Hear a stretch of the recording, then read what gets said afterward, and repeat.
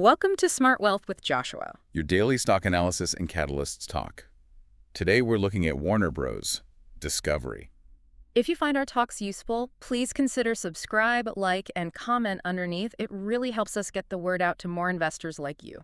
It absolutely does, and I'm really glad we are tackling this one today because we need to strictly set the scene for you right out of the gate. With this specific stock, timing is not just important. I mean, it is everything. Right, the clock is quite literally ticking. Exactly. So for context, today is Friday, February 20, 2026. And we really have to emphasize that date for you because if you are catching up on this talk a weekly, honestly, the whole landscape might look completely different. We are staring down the barrel of some massive immediate deadlines. Oh, absolutely. The situation is incredibly fluid. But before we get to the catalyst calendar and all those dates, let's just talk about the price action. Because if you have been watching the ticker for Warner Bros. Discovery over the last 12 months, it has been, well, essentially a vertical line. It really has been a wild ride. We are looking at a rally of roughly 174% over the last year alone. Which is just unheard of for a legacy media company. I mean, usually you see that kind of explosive movement in, crypto or some small biotech stock, not in a massive conglomerate that owns traditional cable channels. Yeah, it's definitely an anomaly. The stock is sitting right around $27.99 as of this morning. But let's be completely clear here. This isn't just about organic growth or, selling more movie tickets at the box office. No, not at all. This is a full-blown bidding war. It is corporate combat at its finest. So let's map out the battlefield for you. We have the ultimate prize, which is Warner Bros., Discovery, and circling that prize, we have two very different suitors. Correct. On one side, you have the tech and streaming giant Netflix. And they aren't just kicking the tires. They have a formal, concrete offer on the table for $27.75 per share. Okay, let's unpack the math there for a second. The stock is currently trading at $27.99, but Netflix is offering $27.75. So right now, the market is actually trading above that bird in the hand offer. And that is your first major signal. The market is basically telling you that the Netflix bid is the absolute floor, not the ceiling. Because there's another player in the ring. Exactly. Yeah. Because on the other side, you have Paramount. And from what we're seeing, they are not playing nice. Not even a little bit. Paramount has launched what is effectively a hostile bid at $30 a share. And the signals coming out of that camp, the leaks from the boardrooms and all the banking chatter, they strongly suggest it could go to $31 or maybe even higher. This is where I want to pause and explain this dynamic for you, because this is a classic merger arbitrage scenario, but it is a really weird one. Think about it. If Paramount is formally offering $30, why is the stock stuck at roughly $28? Right. Why not just jump to 30? Exactly. Why isn't the market chasing that $30 immediately? Well, that right there is the arbitrage gap. It represents the market's collective skepticism. Because if investors were 100% sure the Paramount deal would close at $30, the stock would be trading at $29.99 right now. The fact that it is $2 lower tells you the market sees some serious hurdles. Significant risk. Risk that regulators step in and kill it. Or risk that Paramount simply walks away. Investors are essentially pricing in the probability of failure. So it is trading above the Netflix offer because the market expects a better deal to win out, but below the Paramount bid because of the inherent danger of the deal falling apart. You nailed it. And adding a whole lot of fuel to that danger is the timeline. We mentioned today's date, February 20. There is a specific legal mechanism at play here called the Netflix waiver. Right, the exclusivity waiver. Can you break down how that works for our listeners? Sure. So in these massive corporate buyout deals, there are almost always exclusivity clauses. You sign a term sheet and you basically agree you can't just go date two companies at once. Makes sense. Netflix wants to lock them down. Exactly. But Warner Bros. Discovery secured a waiver, allowing them to continue their active talks with Paramount, despite having the Netflix offer already in hand. But that waiver isn't indefinite. No, it has a very strict expiration date. And that brings us to the cliffhanger of this whole saga. Monday, February 23. This coming Monday. That is the hard deadline. That is the final hour for Paramount to submit what is called their best and final offer. And in the M&A world, best and final usually means exactly what it sounds like. No more back and forth, no more negotiating. Theoretically, yes. Yeah. That is the end of the line. So over this weekend, while you and I are relaxing, there are going to be armies of bankers and corporate lawyers in New York and LA pulling multiple all-nighters. The billing hours must be Oh, astronomical. totally. And the wild volatility we are seeing, the pre-market jumps, the violent reactions to every little rumor on financial Twitter, it is all because investors are holding a lottery ticket that either pays out massively or essentially expires in about 72 hours.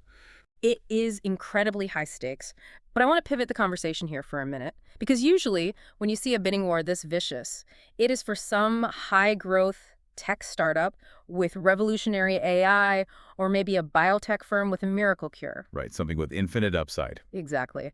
But Warner Bros. Discovery, frankly, was a financial mess not too long ago.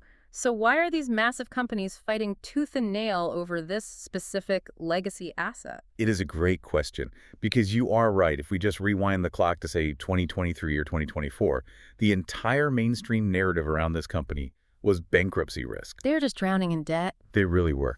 But the underlying story of the last 2 years, and the fundamental reason the stock is actually up 170%, is a story of aggressive, almost ruthless corporate cleanup. Let's dig into that balance sheet a bit. Just how bad was that mountain of debt? Well, at the peak, right after their big merger, they were sitting on over $50 billion in gross debt. $50 billion. For a media company facing a secular decline in cable subscribers, that is just terrifying. It is suffocating. It is like having a multi-million-dollar mortgage right after you just lost your highest-paying job. You just can't breathe. Where do they stand now? As of late 2025, they have hacked that gross debt down to $34.5 billion. Wow. So they eliminated over $15 billion of debt. Yes. And that massive reduction is what completely changed the narrative. How does that actually translate to their leverage ratios? Because at the end of the day, that is the metric the credit rating agencies are watching. Right now, their net leverage ratio is down to 3.3 times EBITDA. Okay, so to put that in perspective, for a fast-growing tech company, a 3.3x leverage ratio is still considered pretty high. It is.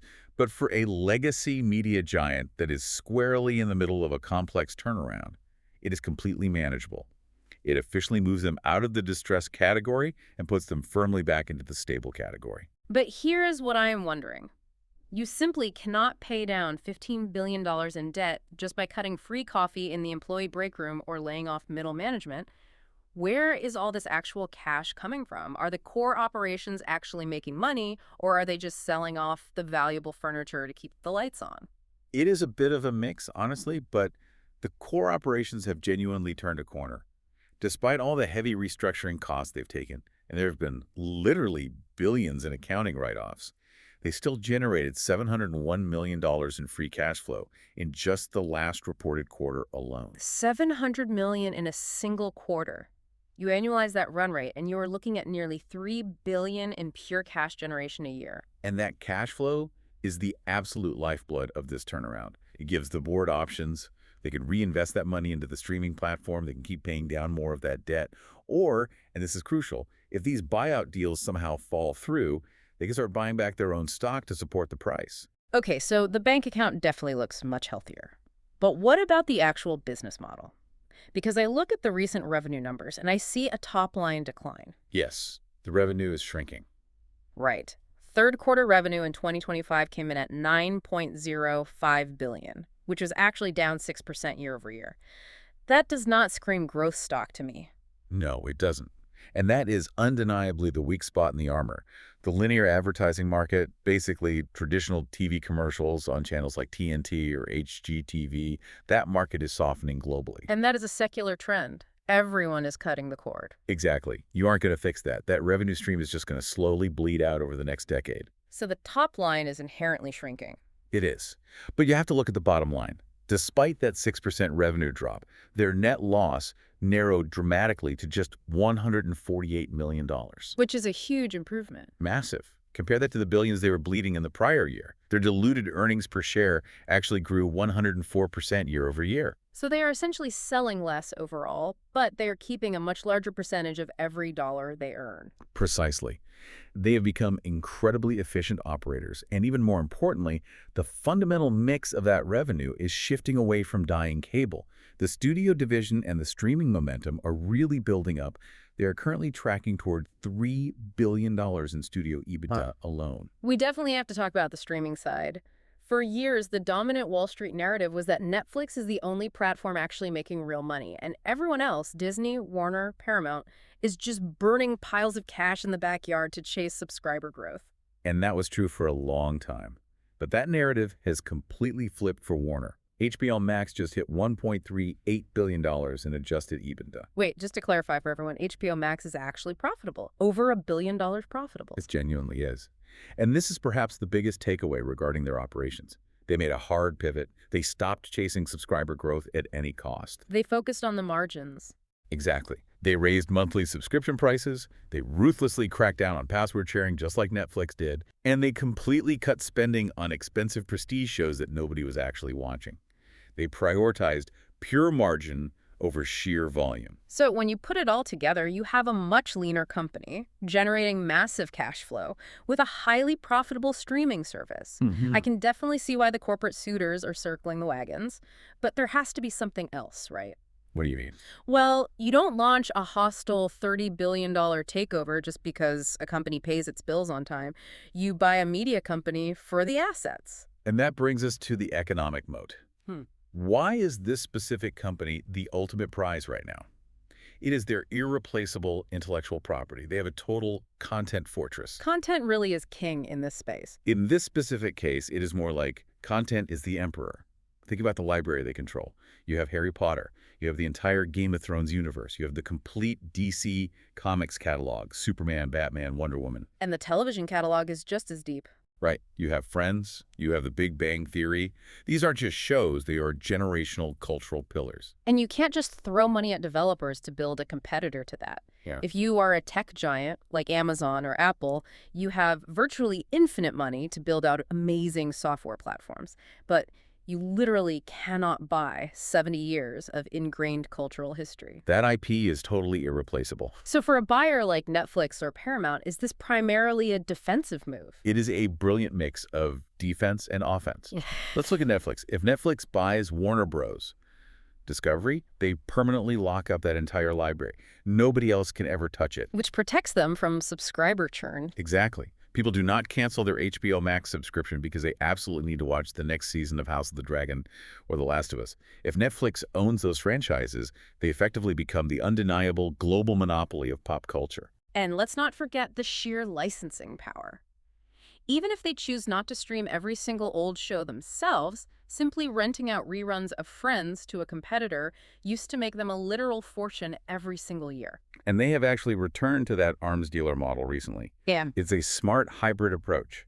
They are actively monetizing their older content to offset the linear cable decline while simultaneously transitioning their premium stuff to streaming. But the inherent underlying value of that library is what establishes the firm floor for the stock price today. Okay, so the corporate house is clean, the antique furniture inside is incredibly valuable, and now there are multiple aggressive buyers standing on the front lawn fighting over the asking price. Let's look at that catalyst calendar again, because you mentioned Monday is the big dramatic day, but it is not the only important day coming up. No, it is a completely packed schedule. The next 3 weeks are going to see historic volatility. So, first up on the docket, Monday, February 23. That is the Paramount best and final deadline. Right.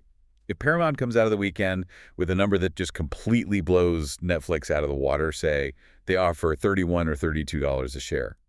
And crucially, if the Warner board publicly signals they are receptive to that higher number, the stock is going to pop massive Tuesday morning. The arbitrage gap will slam shut. But what if they don't? What if Paramount's financing falls through or the number is just deeply underwhelming? If that happens, the stock likely slides right back down toward the existing Netflix offer level of $27.75. But here is the real kicker to this whole timeline. Just 3 days after that deadline, on Thursday, February 26th, the company is scheduled to release its earnings report for the fourth quarter and the full year of 2025. Talk about a high-stress week. You have a definitive merger deadline and a full-year earnings call jam-packed into the exact same week. It is going to be absolute chaos on the trading desks. Now, looking at that earnings call, the consensus analyst expectations are for quarterly revenue of $9.32 billion. And Wall Street is expecting a very small loss per share of about 4 cents. Which means the losses are narrowing yet again. Yes, the trend is positive, but honestly, in the context of a bidding war, nobody cares about a 4-cent EPS miss or beat right now. So what is the metric that matters on Thursday? The single number that Wall Street will be laser focused on is that full-year free cash flow target. Management previously guided the market that they expect to exceed $5.5 billion in free cash flow for the full year. $5.5 billion in pure cash. That is a staggering number for a company that was priced for bankruptcy 18 months ago. If they actually hit or beat that $5.5 billion, it fundamentally proves that the aggressive debt paydown story is sustainable. It proves to the market that this business absolutely works even without a merger. That cash flow is your safety net if the deals fall apart.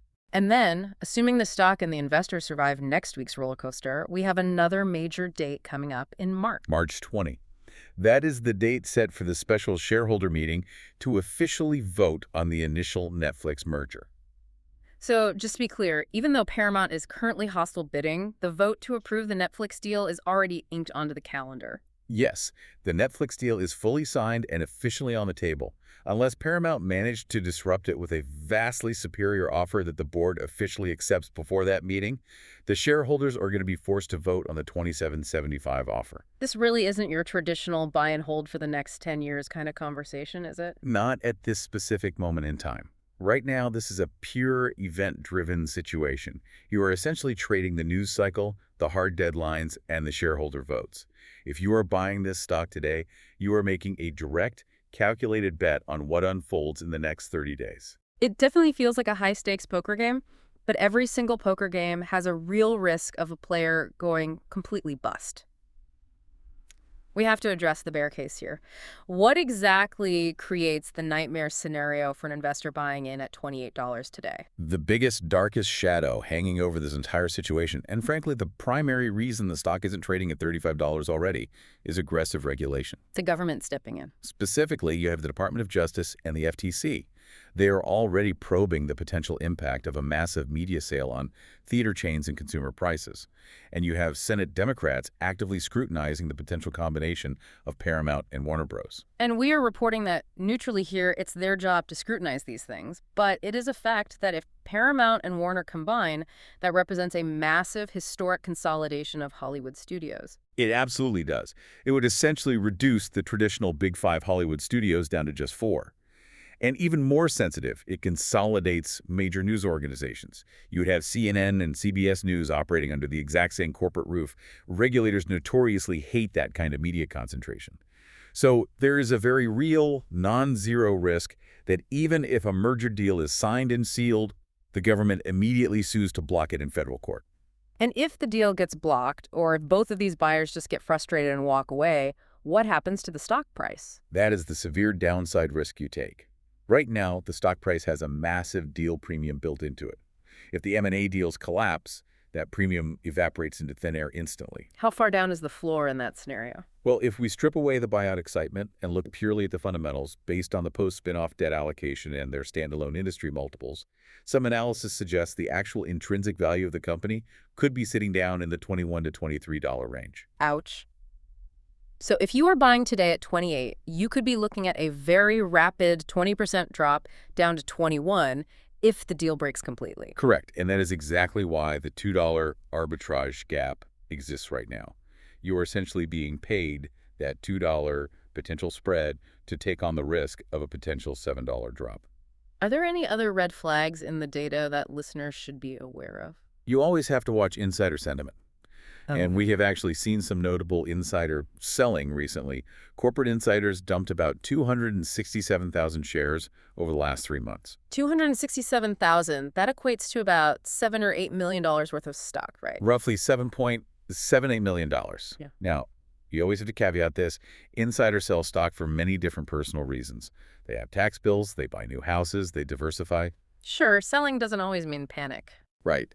But heavily selling into a massive rally during an active bidding war, That usually signals some level of internal caution.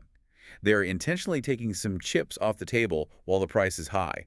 They certainly are betting their entire farm on a higher bid coming through. And I also saw a major analyst downgrade hit the wire recently, too. Yes. From Rothschild Redburn. Just a couple of days ago, on February 18, they officially downgraded the stock from a strong buy rating down to a hold. And what was their specific reasoning for stepping to the sidelines? They specifically cited the rising deal risks. Their underlying thesis is that the easy money on this trade has already been made. Remember, the stock went from $10 all the way up to $28. They fundamentally believe the immediate risk of the deal breaking is now mathematically higher than the potential remaining upside of squeezing out another $2 or $3. That is a very fair point to consider. When a stock is already up 170%, the easy, obvious money is definitely gone. If you jump in now, you are fiercely fighting for the last 10 or 15% of the move. It creates a very high-tension trading environment. You are effectively picking up pennies in front of a steamroller, or in this specific case, you're picking up dollars in front of a federal regulator. Okay, so we have laid out the entire board. We have the bull case, which is an active bidding war, amazing, irreplaceable IP assets, and rapidly improving cash flow financials. And we have the bear case, which is aggressive regulatory risk, potential deal collapse, and recent insider selling. When you weigh all of that, where do you ultimately land on this? Give us a concrete score. Putting all the data together, I'm giving this setup a bullish score of 8 out of 10. An 8 out of 10. That implies you are still pretty confident despite the looming regulatory risks. I am. But I want to be crystal clear about the strategy here for your portfolio. This is strictly viewed as a swing trade into that March 20 shareholder vote. So to use an analogy, this is not a marriage. This is a fling. A very strategic engagement, yes. Look, the dramatic deleveraging of the balance sheet is very real. That is a permanent structural improvement to the company. The intellectual property's absolute premium tier. This is undeniably a top-tier M&A prize, and the arbitrage opportunity sitting between the current price and that potential paramount $30 or $31 bid is highly compelling for active traders. You essentially think the potential upside is worth the squeeze of the risk. I do. And here is the core logic behind that score. Even if the merger process gets messy, or if it gets dragged out in court by regulators for a year, the internal operational turnaround is undeniably happening. The net losses are narrowing, the studio segment is growing, and free cash flow is massively positive. Yeah. That financial reality provides a solid floor for the stock. Right. It is not like the company is just going to go bankrupt tomorrow if they don't sell. They are generating $700 million in cash a quarter. They can easily survive and thrive on their own. Exactly. So you have a very solid underlying business sitting beneath a potentially explosive stock price catalyst. You aren't just blindly buying a lottery ticket. You are buying a genuinely valuable asset that just happens to hold a lottery ticket. That is a crucial distinction for risk management. And just consider the alternative outcomes. If Paramount comes out Monday and bids $31 and the deal financing looks solid, you make roughly 10% in a single month. If everything fails and falls apart, you still own a highly cash-generative media giant at roughly $22 a share. For many institutional traders, that asymmetric risk-reward ratio is a setup they will gladly take all day long. It sounds like shareholders are essentially holding a winning hand, provided the regulators don't just abruptly flip the poker table over. That is the perfect analogy for this moment. It is a high-stake poker game between media giants. You have Netflix, you have Paramount, you have the Department of Justice acting as the dealer, and the everyday shareholders are just sitting there holding the cards, waiting to see who blinks first on Monday morning. I love that framing. Okay, so for everyone listening right now, let's quickly recap the immediate action items for your radar. Monday, February 23. That is the absolute day to watch. Keep your eyes glued to the financial news feeds. If Paramount drops a big number before the bell, things are going to move incredibly fast. The pre-market trading action on Tuesday will be highly critical to establishing the new floor. And then we pivot right into Wednesday night and Thursday morning for those full-year earnings. Check that free cash flow target number the second it prints. If it hits $5.5 billion, the standalone thesis completely holds up. We will certainly be watching the tape closely. It is genuinely rare to see this kind of massive corporate drama play out in real time with such clear, definitive deadlines. Honestly, it beats watching a movie. It really is what makes the market so fascinating. You have real stakes, real billions of dollars moving, and real human drama in the boardrooms. Absolutely. And, stepping back, it makes you wonder, what all this massive consolidation actually means for the future of entertainment. If the big five studios become the big four, are we just going to get endless reboots of the exact same franchises forever? It is something to chew on while we wait for the opening bell. Well, that is all the time we have for today's analysis. We hope this deep dive helps you navigate the incredibly choppy waters of the media sector right now. Thanks for joining the talk, and please remember, always do your own rigorous due diligence. These arbitrage situations literally change by the hour. Do not trade blindly just based on what you hear today. Great advice. If you found this breakdown useful, please don't forget to like and subscribe to the channel. We will catch you in the next one.